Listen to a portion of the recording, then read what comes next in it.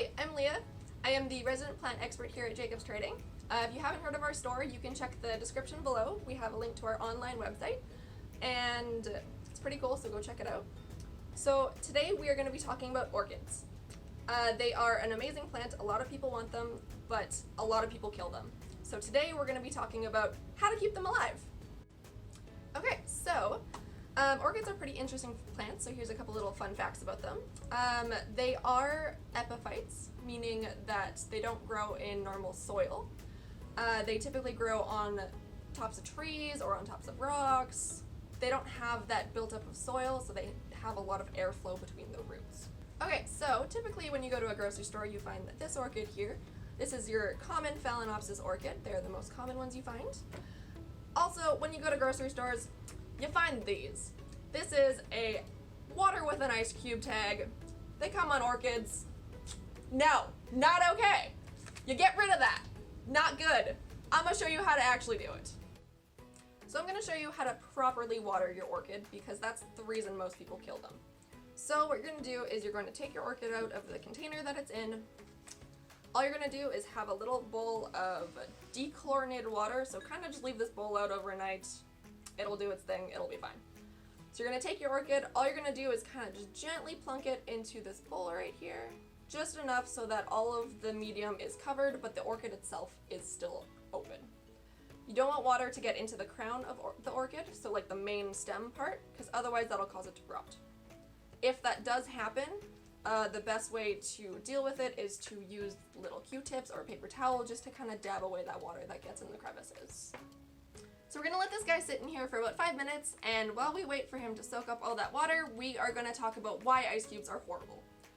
So one of the main reasons people water with ice cubes is to prevent overwatering in orchids. So for this, they think that just adding a couple ice cubes to the plant will help decrease how much water you give it, and you're not gonna kill it that way. But really, that's not true. All you really need to do is what I'm showing you here.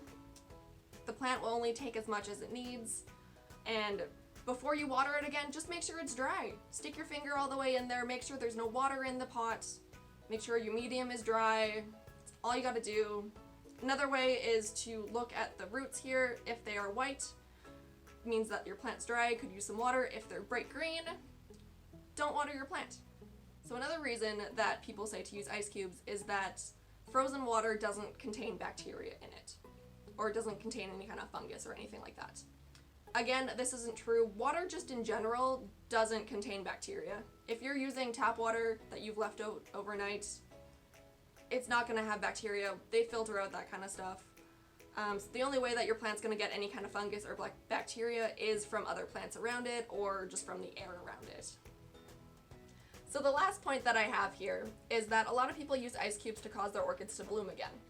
So orchids go through a natural dormancy where they won't bloom for a little while, and then they go through like some kind of cold shock or a cold phase where it'll cause them to bloom. So people think putting ice cubes to cold shock the roots will cause them to bloom again. But orchids can't bloom all the time.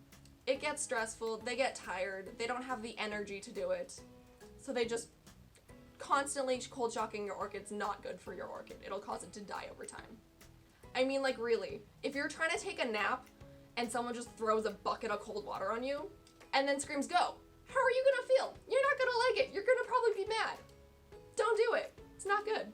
Alright, so it's been about 5 minutes, so we're just gonna lift this orchid up and let all that excess water drain out.